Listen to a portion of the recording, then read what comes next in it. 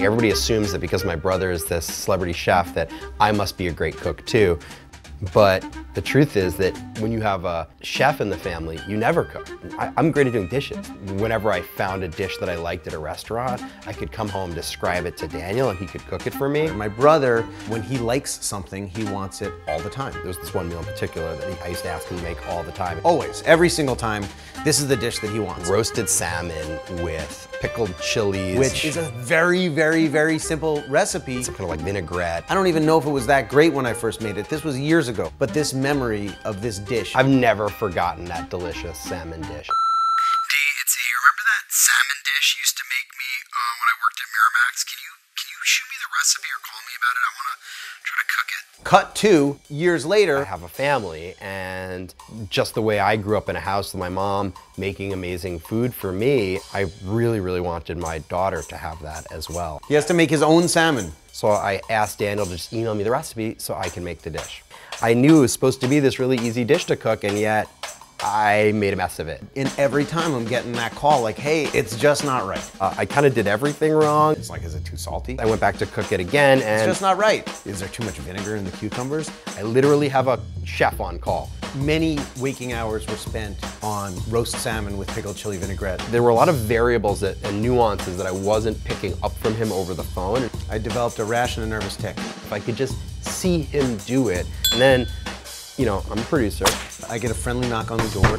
I wasn't expecting a professional film crew to film me roasting salmon for my brother. I was like, I want everything. Don't leave anything out. Because I hate if you watch like a cooking show, a lot of times they're like, great, so you've diced those, and they pull out a bowl of everything diced. You're like, yeah, but wait, how did you dice that again? And wait, how long did it take you to do it? Because you've like the water is boiling and I'm still cutting, and I've never stop rolling. Film every step. Oh God, we're out of memory.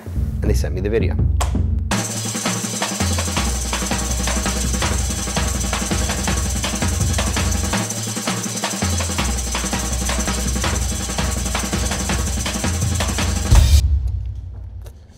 I would eat this meal every single day for the rest of my life.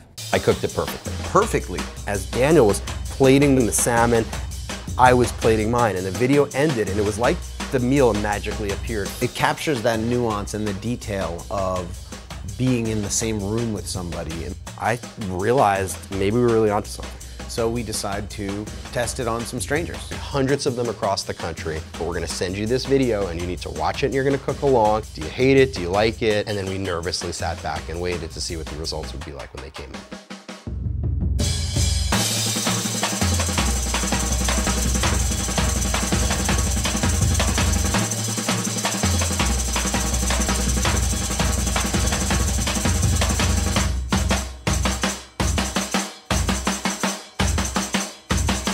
We got 96% highly favorable responses. Just about everybody said this was the best way they'd ever learned how to cook. It was the best way they'd ever been able to follow a recipe. I'm thinking maybe this really can teach everybody how to cook.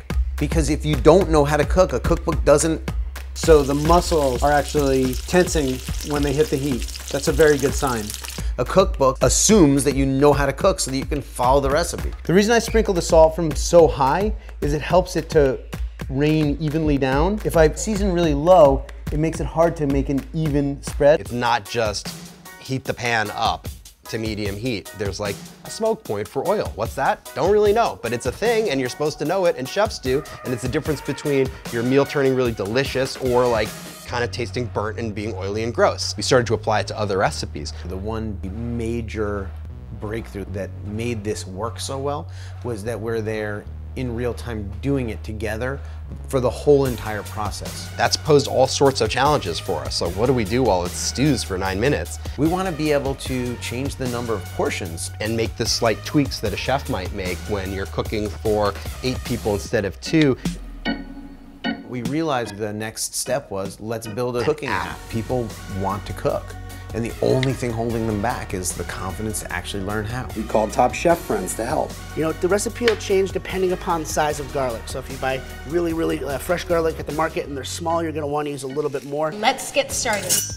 And we're gonna take every recipe known to humankind and put it on for every single person that wants it. This is extremely exciting. The app knows where you are in the recipe. It's keeping track of everything for you. You essentially have a professional chef in your home holding your hand every step of the way. We experimented with content. To keep the video in perfect real time, but also give you something more interesting to watch than chicken stewing. You could hit a button and have all the ingredients delivered to your home that same day. The future of cooking is finally, there's a light at the end of the tunnel. I love in the Matrix where you can get that chip and suddenly you're a Kung Fu expert. This is like the cooking chip.